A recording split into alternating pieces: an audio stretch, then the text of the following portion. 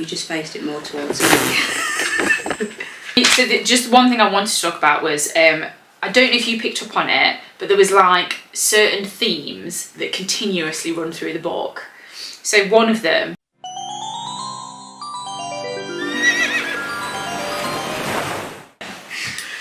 Welcome back to the Redheaders. I'm Jen and this is Gem. And this is a special episode because we're reading Gemma's favourite, or one of Gemma's favourite book, which is... It's The Scorpio Races by Maggie Stiefvater. I think is it Stiefvater? We're English, Maggie. and the way she says it doesn't go well with an English accent, so we're just going to say Maggie. Maggie. But yes, Jen's We're right. close friends, Maggie and I are, and Gemma definitely is her bestie. Yeah. So Gemma's going to start us off with an overview of what the book is about. Yeah, so some race to win, others race to survive. At the beginning of November, the Scorpio races commence on the small island of Thisbe every year. Locals and tourists alike risk everything to catch, tame and race one of the Koppel-Ushka, the carnivorous water horses that emerge in late autumn. This year, our protagonist Puck must ride to save the house she grew up in and was left in with her brothers when their parents were killed by the same horses she will now have to race with. Similarly, our other lead character Sean rides this year to keep hold of his Koppel-Ushka, singular, Kor, the seahorse that his father left him when he too perished. He rides for his horse and he rides for his freedom. These two things mean everything to Sean. Bring on the bitter conditions thrown at this tiny island, its myriad of eclectic locals, good and bad, murderous horses that can never truly be tamed, November cakes, community, danger beyond measure, love, hate, and a Scorpio races to remember. You make it sound so romantic and Do I? chilling. Do I? They just, I love it. I love it so much. They should just hire you to write blurbs. Oh, honestly, it wasn't even difficult. I will set the tone. As we've already said, it's one of my favourite books. I adore this book. I think it brought me to tears for the 20th time when I closed it. I adore it. So anyway, let's get into, we're going to be more structured, guys. We're going into the plot. So Going into the plot. you want me to go? Where are we starting? At the beginning. At the beginning. I'm already trying to take it off rails. Okay, I'll go. So we start with, I would say she's our main character, Puck, isn't she? Sean is also a main character, but a secondary character. The book is told in first person, but from two narratives, so Puck's and Sean's. Initially, though, Puck's. So it sets the scene. We're in on the Isle of Thisbe. Now, Maggie is actually an American writer, but I think we both agreed from the off, you can only really imagine Thisbe as one of these sort of, well, not barren, but very bitter, cold British isles. Yeah. It's got that vibe. So think like Isle of Harris, sort of very remote, very underpopulated, that kind of thing. It reminded me of The Wicker Man. Did it? Yeah. Oh, I've not read it. Watched it. What is it, a film, not a book? Oh. I don't know if it's a book. Oh. Let's go back. Well, yeah. So we're straight in at the deep end with Puck. She's a young lady, really. On the cusp of becoming, a woman. She is an orphan, along with her brothers Finn and Gabe. Their parents were killed by the Koppel-Ushka, the water horses that are native to the island, and only the island of Thisbe. They're nowhere else in the world. So as an orphan, she's obviously, all of them are working hard to kind of keep things running. The little house that they live in, again, is quite remote, sort of away from the town, isn't it? Yes, the town they of are. Scarmouth. They're very, the Connollys stick with the Connollys family. The Connollys stick with the Connollys, yeah. And to, basically, in order to save the house that she's in, she is decided, so let me just backtrack that. So, it turns out Gabe is not happy on the island. Gabe is her older brother. He wants to leave the island. On top of that, they're about to lose the house to the landlord who owns the property because, unbeknownst to Puck, they've not been paying the rent. So basically she feels no choice but to race in and win the Scorpio races because the winnings is more money than I think most people on the island have ever imagined. I believe it's enough to just pay off the house. Is it? Yeah. That's what they insinuate. So that's Puck's kind of backstory. We've then got Sean. Sean is also an orphan. His father died by water horse too, so they've at least got that in common. Although at this point I have to say that's about all they have in common. I think And from to the be off. honest, it's not a big thing on the island. I think they No. make it sound like it's just a common thing. To be very different to each other. Well, that people are orphans. Oh yeah. Sean just mentioned Yeah, it that. He doesn't- says, well, that's not a big special thing. No. It doesn't make her special. Absolutely. There's a lot of orphans on Thisbe, and I assume because Of the races, the horses. Yeah. The horses. So Sean, as I said, is an orphan, a lot like Puck, but he lives and works on the Melvin stables. At the Melvin stables, where there's couple Ushka and there's regular horses as well. It's a really famous stables. People come from all over the world to buy the horses that are there. Not the couple Ushka though; they cannot be exported. Sean, as I said, is fighting to win the same money because the horse he rides was his father's, but it is owned by Mr. Melvin, the Melvin stables, and he won't let Sean buy him off him because he wants to keep Sean, he wants to keep control of Sean, he wants Sean to always work there. He's a man who likes power too, isn't Mr. Melvin is and has it though as well, has a lot of power on the island. So by hook or by crook, they're both in it to win it.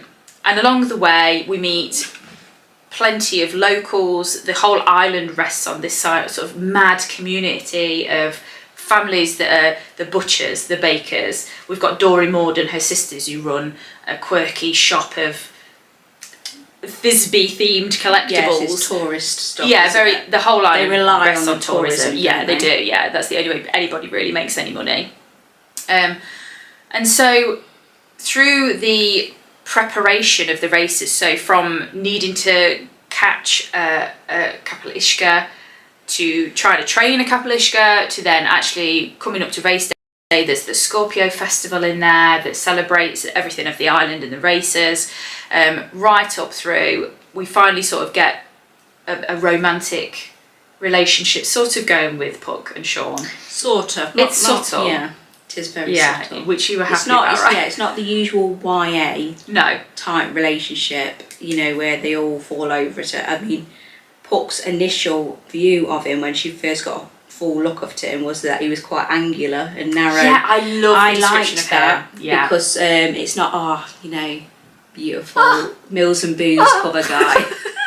I don't think Puck's got it in her. She's feisty. Puck's definitely feisty. She's a redhead. I think she's sensible. She's got boots on the ground. She has, but she's kind of had to because of the whole orphan I do thing. feel Sean's more mature because he's Again, because really, he's had to be. Yeah. Whereas she's been sad. protected a bit by Gabe. Yeah. I feel like the two characters are set apart right from the beginning of their descriptions, basically. So when we meet Artboat, they're described very differently. Puck, I think, almost motherly, a softer nature, rounded at the edges, and I don't mean plump, I mean she's just softer. Like you've just said, Sean is described as very all angles, and in his personality he's like that. It's very stiff, everything's matter of fact, no wasted words, very sort of harsh. So are we on to characters now? No, we're still doing plot. So we get, throughout the book, we have this rise and fall of different relationships that have to happen because of the Scorpio races. And eventually, obviously, both of them race in the Scorpio races alongside the locals and tourists that have survived the training of these horses. Is that the plot? Are we happy with that? There was a particular plot point that I liked, that because obviously it could have gone the same way as normal ones, but obviously they both have to win, and when Sean makes the deal with Malvern, whose first name I've forgotten, Mr. Malvern, I can't remember his first name now, I just call him Mr. Malvern. It was agreed that if he won the races he'd sell him core. Yeah. So that was his big thing. Now in a lot of books he'd hide that from her, and then there'd be a big betrayal moment where she finds out. But he quite matter of fact told her, and she quite matter of fact accepted that. Yeah. And I liked that honesty and respect they had for each other. Yeah. Like there's no huge plot twists. That's not what this book is about. Yeah, there's not a big antagonist. No. Is that it's just life. It's life and strife and like the need to kind of make it happen and, the only go on. fully bad one was Mutt, really, wasn't it? He was just Yeah. a rotten one. So Mr. Melvin has a son, although while he's not very nice to Sean, I feel like he treats Sean as the one he wished was his son. Yeah. And so his actual son, Mutt, who also races in the Scorpio races, is a really, really unpleasant character and kind of does act as the one real antagonist. I suppose the overall antagonist is the races themselves, but he's like the one character where you're like, won't mind if you met your end swiftly. So shall we go on to characters? Let's go on to characters, yeah. So we start with our main characters. We'll so start with Puck and Sean. Puck and Sean, yeah. Your opinion on them, of what you consider them. Okay, I consider Puck my sister. Oh no, I'm joking. No, so we're getting another one, aren't we? Honestly, like I said, she's a redhead, so we're in. I think I described the Connollys to you as almost like the Weasleys. Yeah. In that they're all sort of redheaded in various shades. They're a really tight knit family that sort of live out away from the town. They're not really bothered about other people, and sort of live this really sort of little but cozy, comfy life. They've got Dove, her pony, out in the pasture. Like, just I could see myself in that life, sort of thing. It's a life I would like. I liked Puck straight away. Yeah. I felt I do think, like I said, she's on the cusp of adulthood. Yes. Like you said, rounded. Yeah. She's not there yet. No. Yeah, not there yet. Yeah, that's how I describe Puck. In everything, in her ability to like contain emotion, in her ability to carry herself like a young woman. Yeah, she's trying to sort of grow into a mother, isn't she? Yeah. She's not got to that womanhood. No. Okay, and then Sean, like I said, I've got this really strong picture of how I imagine Sean to look. And I don't know if that's because I did spend time around stables when I was younger. And I've seen blokes that sort of wear that like blue jacket, that like really equestrian looking jacket, and they're all sort of very slim and sharp, and I never found them very pleasant to be around. So I could kind of envisage him like in my mind straight from the off. I don't dislike him. Like you said, he's honest. He's quiet. He's not a misogynist in any way. He's not anything in any way. He's just himself, and that is hard to describe, actually, now I think about it. Well, when I first started, I was like, oh, I don't like him a bit. But I completely resent that now. I love him. I feel like he needs to be protected. Oh God, yeah. Protect Sean at all costs. Like you said, he's honest, and I feel like he has gone too far into adulthood. Yes. And I think Puck pulls him back. I agree. Yeah. She pulls something back from him, within him, that he can... Yeah, because I feel like he's had to shut his emotions off, or else he's just not been able to survive. Yeah, definitely. It's almost like he isn't even a person to begin with, because the island just treats him like he's the horse guy. Yeah, he's just the horse guy. Representative of the island. Yeah, he's something other of it. Yeah, he's not one of them. He's like this other thing, and it's almost like he's gone on to just become that rather than be his person. Yeah. Other notable characters then. I think Malvern. Just Malvern, obviously, like we said, a really powerful chap on the island. He owns a lot of the island, and I think for him it's about power. Hugely. That's why he can't be too nice to Sean, because he doesn't know how to can't be. Give power. Can't give him an inch. Can't give him anything. No. I think we're not mentioning the tea. So Mr. Malvern, in his sort of ego and power, drinks the most revolting tea I think I've ever heard of in my life. He drinks tea as in, like a normal British brew, with milk, butter and salt. So if anybody has ever tried that or wants to try that and let us know how that goes. Try it. I was tempted. I couldn't bring myself to try it. No, and it kind of reminded me. I used to know people that had savoury porridge, so like butter and salted porridge. So I'm kind of thinking, would it err on the side of that? I don't know. It's not for me, I don't think. But not me either. So Mr. Melvin, Mutt, we've obviously mentioned being the not so very nice son of his, that again is a sort of antagonist. He does have another side to him though, because obviously he was like that because I suppose he wanted his father's acknowledgement. Yeah, I think that must have been hard. Is what I think of him to grow under though. I think his dad made him weak though. Yeah, this is it. It's a weakness born out of anger and frustration and lack of love. Yeah, I imagine, and Mr. Melvin lives disappointed in his son, so it's probably a very toxic relationship. We've got Puck's brothers are probably worth mentioned. Yes. Gabe, obviously, mainly because he's one of the reasons she's racing. He wants to get off the island. He's not happy there. And that's one of the big pushes as to why she wants to win. She wants to keep him there. Her other brother, Finn, who you love. I do. Yeah. I wanted more of him in it. I agree. We could have I done feel like more. he saved the whole thing at the end. Do you? Well, he did. Oh, because he bets on I her. thought the whole book. Why did none of them put a bet on her? Because they wanted her to win. They made her go full ball. They had nothing else to lose. No. But none of them thought to do that. And it's because Finn was there. Bless him. So Finn is definitely on the spectrum. Mm-hmm. He's got some issues. He's very OCD. Does he counts certain things? He constantly washes his hands, doesn't he? Things have to be a certain way for Finn to kind of get through life. And obviously his sister going to the Scorpio races does not fit. So he does have a little bit of a meltdown. But like you say, in a way comes through a bit of a hero. Oh, So we're definitely giving away the end at this point. So we probably need to mention that the winner does end up being Puck. But the overall winner is almost Sean because Puck wins. And because whilst Kor, his horse, is injured and desperately, as any Capel Ishka would, wants to return to the sea, That's heartbreaking. chooses not to and chooses to come back to Sean, which is unheard of. Unheard of. This has never happened. Capel Ishka are vile, carnivorous, mythical horses that come out of the sea and kill and eat everything. And Kor, his horse, chooses not to do that. He chooses to come back to Sean. Yeah, they just adored each other, didn't they?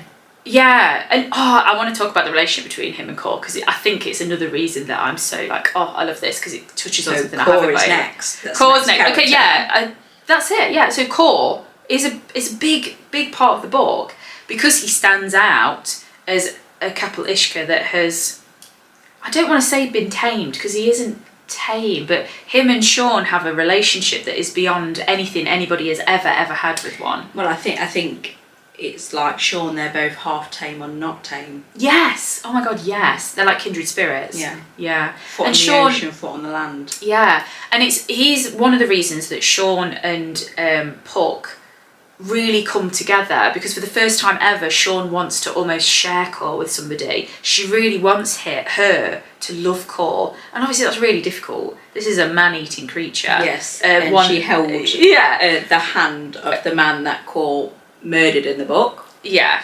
So there's a lot of barriers to this girl liking this horse, but she really gives it a go, and that's really where they really start to become more of a unit, I think. Even then it's not massively romantic. Nobody's getting swept off their feet. It's this coming together of two people that are something other than the island is used to. You could almost read it as a platonic relationship by the end. It's your choice. Yeah. I think it clearly it is They do probably kiss. romantic. They do kiss, don't they? I forgot about that. But even so, it's not gooey. That could have been curiosity. Yeah, it's really not gooey. It's light. No. Because Jen, bless It's like her. they're already married for 20 years. Yeah. And it's almost like there is literally nobody else for them. There's nobody else, it's them two, or kind of, they just do their own But not thing. in the Romeo and Juliet way.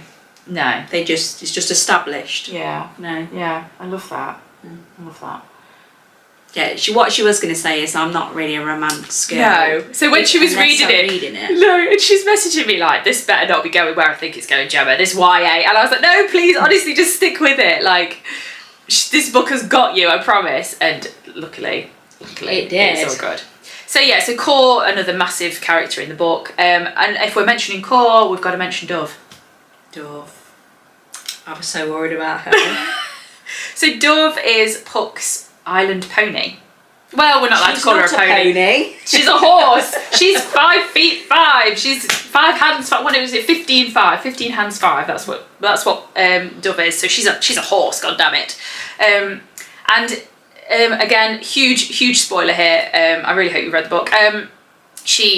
Puck actually rides Dove in the races. There's no rule against it. But it has never been done. Like there's never been a woman in the races. That she can't ride one of the Kapelushka. It's just not going to happen. Even Sean tries to get her on one, and it just doesn't go well, does it? So she rides Dove, and as we've just said, wins. Dove is very brave. I mean, she's got these essential predators, and she's a prey animal, isn't she? around her. She gets hurt too, don't She they? gets hurt. She's so brave. We're missing that Dovey's was actually her mum's horse as well, wasn't she? God, she so was there's quite this. old as well. I know. I thought that. I thought, flipping heck, this horse is good for like a 20-year-old or something. But yeah, so there's that sort of maternal connection through her as well, and she is a female horse. So yeah.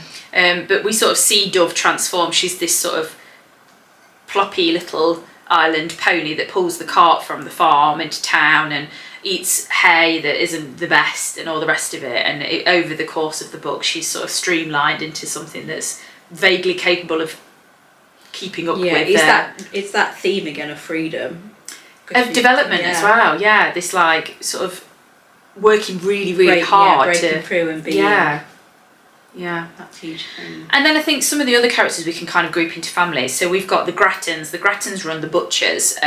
Like we said, the whole island sort of rests on these pockets of people and the sort of the community that they've built for themselves. The butchers is the church, really, isn't it? Yeah. Oh my God. Yes. Everybody collects at the butchers. The races are run out of the butchers. They've got a big board up with all the horses and the riders. It's Peg, isn't it? Peg Grattan is like the butcher's wife, and that girl is that woman is.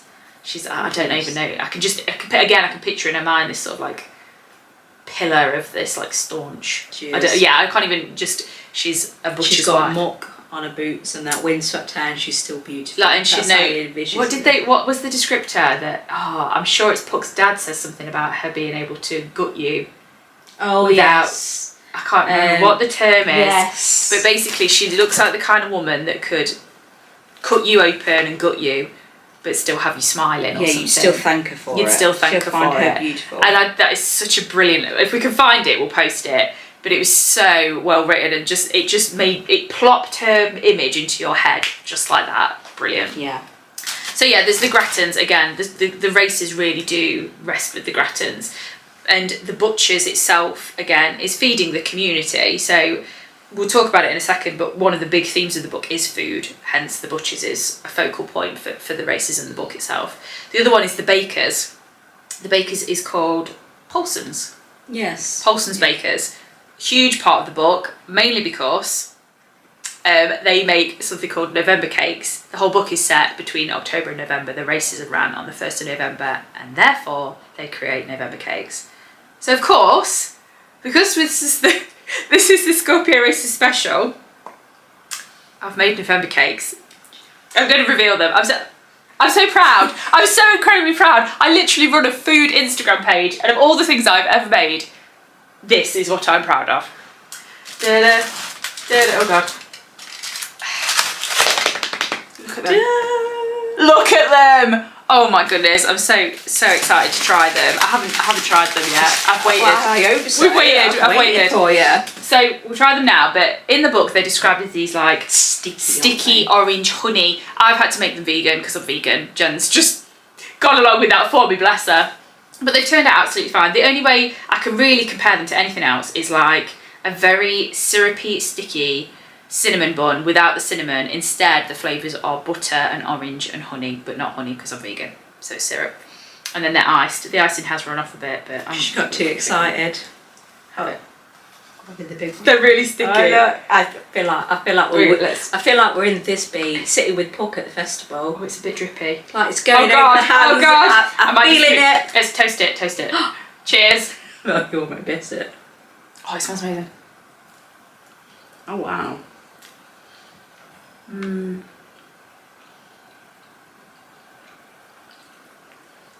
It's like doughy. These have gone a bit cooler. I think they would be better warmer. But like bread. Sticky bread. Sweet. Orangey. I probably want 10. I probably shouldn't have discovered these. Oh wow. You did really nice with the Thanks, Yui. I don't know if you can have them, mate. I'm going to put it down so I can continue talking. I'm having it with peppermint tea because they also drink like a herby minty tea, don't they, in the book? I think she makes it from actual mint that she's foraged. Oh, that's it. Okay. Oh my God, Jen. Yeah, look at it. That's really good. No, it's looking at my face. I will just preface this. If you want to go ahead and make them, the The recipe is out there. I'll put a link in the description for the recipe. But do be aware, 99% of the ingredients is butter. If you are in any way health conscious, stay away, because there was a lot of butter. No, you only live once. Go on. A lot of butter. So as I said, Paulson's the bakery. Again, a huge character in itself almost. It's this living, breathing thing on the island. Anybody else worth a mention? What about the American? He's in it a lot. Yes, Mr. Holly. Yeah, I thought he was going to be like a last minute betrayal, you know. Thank you. Yeah, I did. Ooh. I don't trust anybody. I'm bitter. So Mr. Holly is an American that's come over. He's in the horse world over there, and he buys Mr. Melvin's thoroughbreds. Not that, as I said, you cannot export the Kapelishka. You cannot export them, or is it because No, you can't. You can't do it. I don't think they're actually capable of living anywhere else, is the insinuation. Yeah. They don't exist anywhere else. So, yeah, he comes over, and he, I think he plays quite a vital part in helping Sean. Yeah. Yeah, kind of pulls him out of his shell a bit, makes him realise he is actually a human being. Gives him the confidence that he is worth his salt. So Yes. gives him a bargaining chip. Yes. You know, gives him the confidence to know I can try and take that risk. Yeah. Because he wasn't a person to take risks, was he, Sean?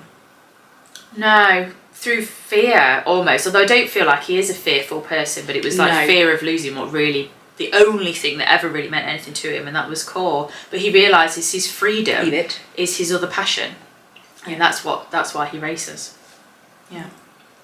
So yeah, that's the general plot. That's the characters we'd probably say are notable. Oh wait, I'm going to add one in there. I'm going to say that the sea is a character, because it never stops being spoken about. It plays a vital part in every single life that is on that island, and it carries the whole story. It does. It sets it off because around the sea was where Sean's dad died, and if it wasn't for that, Sean wouldn't be in the position he's in. And if were they fishing? Is that why they were on the sea? Where were they going? Who? Puck's parents? Yeah. I don't know, because at first it's described as like a car accident. I don't know if you caught that, and then eventually it's like, oh no, the horse has killed them. So I don't think it's ever really described, but there's a few bits like that aren't ever there's so many moments in that book where I feel like we need a short story anthology. A side edit. Yeah, because there's so many. I don't think there's another. We'll get back to that. Shall we talk plot themes? Yeah. So plot themes, as in, do you mean sort of themes that I picked up? Yeah, you spoke about them, didn't you? So I picked up no themes, so this is all Gemma's section. So this is going to come from the fact that I've read it a lot. This is probably, I dread to think how many times I've read this book. It's a lot. But so probably one of the first things I picked up on is the theme of the colour red. Okay. Which sounds like a bit of a broad theme, but the colour red is mentioned in this book over and over and over. From the red of Puck's hair to the red of Sean's horse's fur, blood red. Obviously, there's a lot of blood in this book. There's what's his name? Father Mooneyham, is it? Yes. He is a reverend or a priest or whatever. He drives this shiny apple candy red car. It's dropped in almost every other page. The colour of red, the red of the sunset, and I don't know why obviously she's chosen that because it's, I think, a thread of like core kind of running through the story. This red tone, red. I mean, your book as well. My book is red. Yeah, I do think that is the latest-ish cover. I think that is the sort of one that got settled on in the end. I'm not sure. But yeah, so the theme of red runs through it. Another theme, and I sort of touched on it when I was talking about the Grattans and the Connollys, the theme of family, again, is something that runs throughout the book. So, as I said, the island seems to rest on this community of oddball families. Puck and her family, the Connollys, like I said, they've almost got this like Weasley vibe. And then you've got the Grattans, who are the butchers. Again, they're quite tight-knit. They're running a really big part of the island. You've got Sean, whose only family is Core. So he's Harry Potter. So he's Harry Potter, yeah. Oh my gosh, is this like a Harry Potter fanfic and we don't know it? I jest. Oh my god, Maggie, please don't take offence to that. This book is insane. But yeah, so you've got, which again is quite an unconventional family. Malverns, the Malfoys. Oh my god, stop! Oh no, I can't think of it like this. But yeah, then there's the Malverns, and they're really like... Rich. The father's disappointed in the son, which is just like the Malfoys, actually. And are rich and powerful and all the rest of it, but... So they have everything, but have nothing, because they don't really have a tight-knit family. The Connellys... Sean's Dobby. Oh god, no! Because he's set free. I can't live. But yeah, so the theme of family is really strong, and it's kind of like not necessarily, oh look, it's this perfect family. It's the idea of family and what family means to different people. Food, i.e. the November cakes. There's other food as well. There's apple cake, and they talk about the food for the horses. Obviously, the carnivorous horses, the Kopelushka, they only eat meat and drink blood. Dove, bless her, is stuck on some rubbish food to begin with, and it's through, obviously, Sean's help that and Finn's help, actually. It's a group effort. They finally get Dove on better food, and that leads to her obviously becoming a better horse. There's the lack of food at the beginning for the Connellys and Dove, obviously. Food is just, again, it's this theme that constantly runs through. That food is healing a bit as well. Yeah. Like, yes, because eating food is mentioned more as we go on. So at first it's like hardship and not famine, but there's very little food about, or very little good food. And then as time goes on, it gets better and better and better. And actually, notably, Sean brings food to Puck for tea at one point, which again is like another... It was very cute, that scene was. Yeah, awkward, yeah. With a loaf of bread. Yeah. He's not actually shy, is he? Because I'd have thought he'd walked into that situation and felt really awkward, but he didn't. No, he stuck through it. I think he needed her to just be like, oh, just come and talk to me, because he went and did like the washing up with her or something, didn't he? Like, oh, just put me to work. Very sort domestic, see, already established. Do the washing up, married couple. And then, so hardship I've kind of mentioned along with the food, but I also mean that is in, like, yes, physical hardship, but there's a lot of emotional hardship as well. So obviously the Connellys dealing with the death of their mum and dad. Sean, dealing with the death of his father. There's a lot of death throughout the book. They lose some really nice people. Tommy Falk, being the bit of the looker of the island, gets his face annihilated by his Kapelishka. So that's that. So yeah, there's that. And then overwhelmingly is the theme of home and what home means to different people. Yeah. You pointed out for Puck, home is the island. Absolutely, categorically, home is the island with Dove and their little house. Yes. For Gabe, her brother, it was too constrictive, too confining, wasn't it? Yeah. Because I think all of his misery and hardship was bundled up there. Yeah. So there was no freedom for him. No. Freedom again, isn't it? Freedom is a big theme throughout. Yeah. For Sean, home is cool. It's literally that, and eventually I think it becomes Puck as well. But initially, it's him and Core. I think he feels like he could move him and Core 5,000 miles away. Yeah, because he still has his father's house, but I don't think that's very important to him. No, because it wasn't close enough to Core, was it, and what he needed to do. No. So, big themes throughout, and I think all of those collectively are the reason why I was hook, line and sinker for this book right from the off. Because, food and family and home are pretty big on my... It's a very cosy sort of YA, because a lot of YAs of that genre are very world changing. Yes. And this was just their world changing. It wouldn't have affected anybody else but them. No. Whereas obviously other YAs, it's like literally the planet will blow up. Yeah, or the planet has blown up and now everybody's trying to survive. And oh wait, I still want to rip your clothes off. I think probably just to mention as well, when I was reading the book and we voice message back and forth constantly, I said to Jen, when I read this book, I get this overwhelming sense of feeling like I've come home. And I don't mean like home where I live now. I don't mean my mum's house or my dad's house. It's just this like internal, we're here. Like this is where I belong. Like this is this moment. It inspires you to go for that kind of life. Yeah. It is almost a very realistic book, besides the murder horses. Well, this is what I could actually go said and this. live that, couldn't you? This is it. So I think when I've tried to describe the book to people, and I've kind of started with, oh, there's these like carnivorous horses that come out of the water, immediately people are like, Yeah, wait. it's not even really about them, aren't No. is it? But the one thing, the way Maggie Stiefvater the way she writes the horses, they're never described as like magical or fantastical. They're just this matter-of-fact thing that is about this place. There's no mystery to them. Yeah, it's not. They're just part it's of not it. a magical or a fantasy book, really, is no, it? absolutely not. But that's why you're all in, because it's immediately believable. You've not got to like create this fantastical creature in your mind. They're there. This is what they do. This is how people behave around them. Boom, boom. Carnivorous horses. I didn't even question it. No. I think as well, probably to mention while we're talking about them is, because we're sort of touching on Maggie's use of language, is the fact that she has, I think she made up these words, the Koppel-Ushka and the Kapel-Ishka, didn't she? I don't know. I'm sure that she has made them up. I imagine she would have wrote that they were from something if they were. Yeah. But she hasn't. Well, so just so you guys know, although if you've read the book, you'll know from the beginning, Koppel-Ushka is just the plural of Kapel-Ishka. So a horse is a Kapel-Ishka, horses is Koppel-Ushka.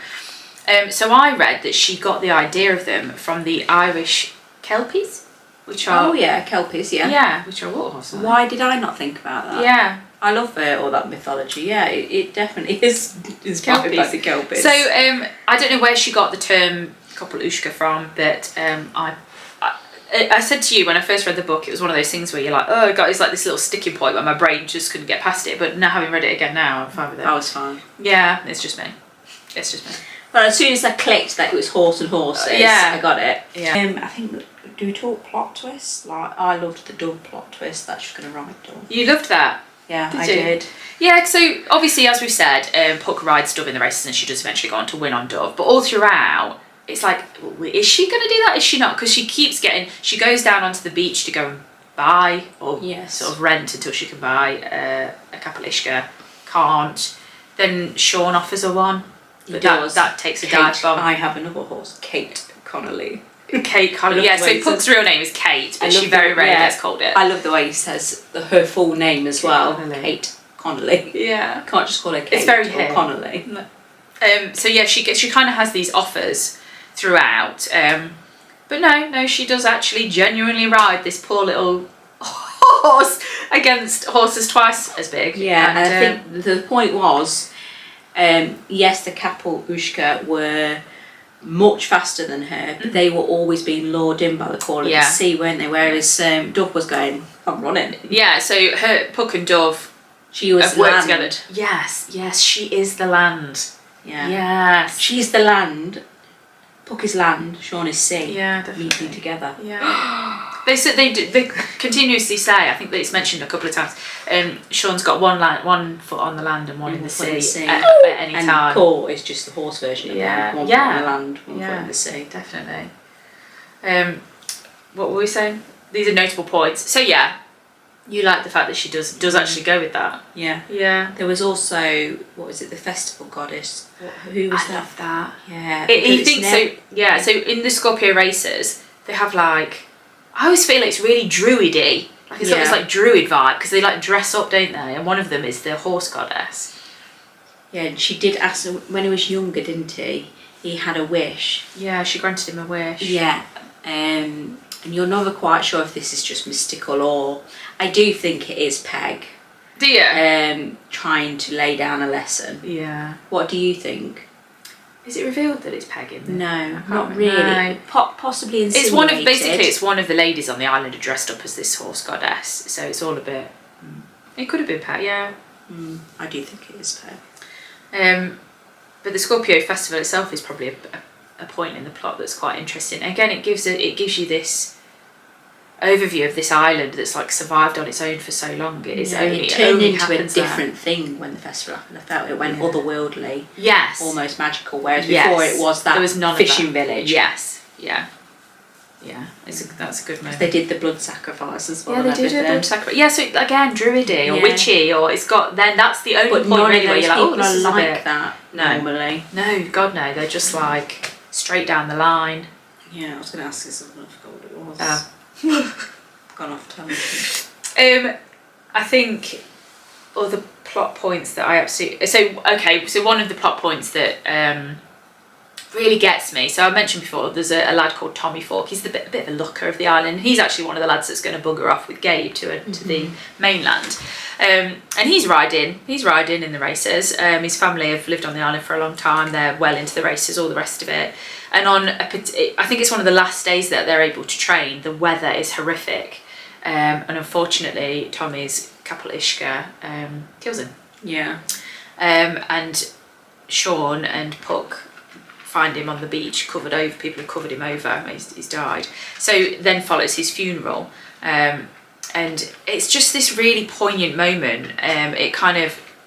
It brings in like the real history of the water horses and what they've meant to the island, and how steeped in this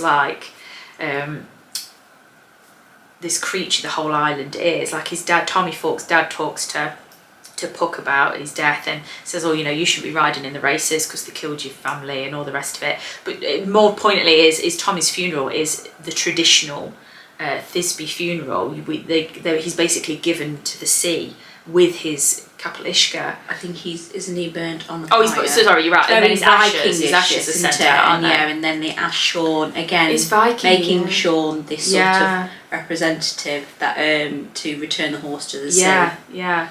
So again, it's this really poignant moment, and it brings it all together. And actually, one of my favourite things, I think we've decided it's in this portion of the book, is there's a line and it says, "Our dead drink the sea," and I just love that line. I love it. Yeah, there's some beautiful lines in there. Yeah, the way there's the descriptors in this book, the way she writes and describes things are just. She does. Oh. She toes that line between purple prose and just beautiful lyrical writing. Yeah, stunning. Yeah. There's Masterful. you don't have to imagine anything because she just plants it right there. She does. Right there. It's just brilliant. Yeah, I have this image of this being my head. I have to go hunting around the English villages and find it. We need to just go on we'll have to go to, there's loads of little isles, isn't there? Yeah. Oh God, yeah, we didn't talk about we can add some bits in at the end. Yeah. Favourite lines, yours is? I don't know. I'm so alive. I don't know. My favourite one is where Puck asks Sean, like what's important. Important. He goes to the sun, the sky, the sun, the sand. It's the sky. No. It's the sand, the sea, and the sun. I don't think it says sun. Did he not say that? I think he says the sand and the sea and core. Yeah, I love that line. Yeah. Like I said, probably one of my favourite lines. I'm going to get a tattoo. I'm getting a tattoo. I've messaged my tattooist. I'm going to get a Scorpio races tattoo. So stay tuned for that. I'll reveal that. It's not till the end of the month. But I'm in it anyway, and I just messaged him like, I've got this idea. It's like my favourite book, and he's going to do it because he's a legend. And I'm going to have Our Dead Drink the Sea in it. I know that's quite a big bold thing to do, isn't it, for a book? Where are you having it? At the back of my arm. I think we're on like just our personal thoughts. I did make one note of Sean's description of the races. Obviously, I gave an overview of like the book and the races at the beginning, but Sean's description of the races, I can't actually remember who he says this to, but somebody says to him, "What are the races like?" And he goes on to say, "What it's like is a battle, a mess of horses and men and blood, the fastest and strongest of what's left of 2 weeks of preparation on the sand. It's the surf in your face, the deadly magic of November on your skin, the Scorpio drums in place of your heartbeat. It's speed if you're lucky, it's life and it's death, or it's both, and there's nothing like it." And I just think that's exactly it. That is the Scorpio races, and her, like I say, that just gives you like a tiny hint. Ooh! Yeah. Do you think you could defend us against a Kapel Ishka? Stop eating the November cakes. So yeah, I just think that, like I say, gives you just a tiny taste of how Maggie Stivata, I'm never going to get that right, just writes so beautifully. And yeah, if you could sum up the Scorpio races in any way, I think Sean does it there, absolutely. She does. I think he says that to Mr. Holly. Is it Mr. Holly says that? Yeah, I think you're right, yeah. But yeah, once I got into the book, I loved it. I just adored it. It is one of those cozy, enjoyable reads. I mean, it's over 500 pages. Yeah. Which you would think, it's quite a lot, but it doesn't feel that way. No. As soon as you get into it, that's it, you're off. Yeah. Again, we're probably touching on why it's one of my favourite books. I've said this one in all the books we've read. I like that pace. I like a bit of pace. I like it to keep going, like plop, plop, plop, plop, plop, plop. That was something I enjoyed. They're short chapters, aren't they? We didn't mention that. Yeah, they are short chapters. They're short chapters. Yeah. Which is, you know, obviously you can read a chapter and put it down for a bit if you want. Yeah. Yeah, it's fabulous. I can't speak any higher of the book than I already have. I absolutely love it. Cup of tea, fire, yes. Rainy day. Yes. Blanket read. Absolutely. And on that subject, we're going to give the book away. We said we were going to do this, so you'll get my copy, the red copy, and we're going to send you some snacks and some bits and bobs just to make the read of it super cozy, because hopefully we'll get it to you before the end of November so you can read it while we're still in the month. Yes. And hopefully get full on Thisbe Scorpio race vibes while doing Absolutely. So we'll post about the giveaway on our Instagram handle, our red headers. Yeah. Which is READ. It's spelled like the channel name. Yeah.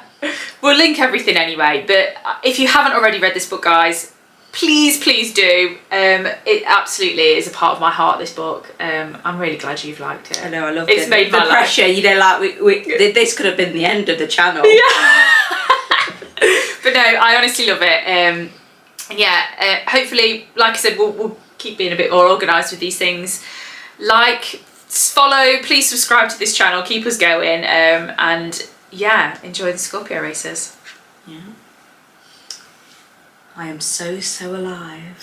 So yeah, I think probably one of the other moments I didn't really speak about was, do you remember me saying, have you met Dory Maud yet? I messaged you into like, oh, have you met Dory Maud yet? No, yeah. I love Dory Maud and the sisters. I think that's the thing about this book. So I laughed out loud, you know, and I cried and I felt things. I feel like if I read it again later on, I will cry. Yeah. I think it'll make me emotional. But Dory Maud and her sisters crack me up. Absolutely crack me up. No, mate. Do you know how you said that horse scene where he was treated like had some Ishka blood in the horse? Fundamental. Yeah. And you found that quite scene quite harrowing. I found the scene where Mutt went and cut the hamstrings. Oh, it's awful. That scene it's awful. Is horrendous. You know, you just have to sit with that horse while it dies. It's the description of her like keening. Yeah. Oh, God. Yeah. That is horrendous. Yeah, that's a scene, that is. I think as well, little things like, you know, like he uses his spit to keep him under control. And but there's lots of it's almost it's magic based in common sense. Yeah. It's not magic. Yeah. It's only magic because it's not revealed how it's done. No. It's very druidy, like natural magic. Yeah. Yeah. Because there's that, isn't there? And then they use like little steel charms and... Yeah, iron, which is what fairies are, you know, you use against fairies. So that they are sort of describing them as these otherworldly things, aren't they? And then the knots, he knots them in, doesn't he? What was it, 3s and 7s? 3s, 7s, 3s and 7s. Right, is Kelpie a Celtic thing? Kelpie mythology, Scottish. My waistline is where exactly where this be such Scottish. Yeah, see, they are water horses. Not carnivorous though, are they? They're just... I think they are ones that drag you down into sea and kill you. Yeah, they entice you to ride on their back and then carry them down into a watery grave. Well, there we go then. So as soon as you said Kelpie, I was like, oh yeah. Of course it's a Kelpie.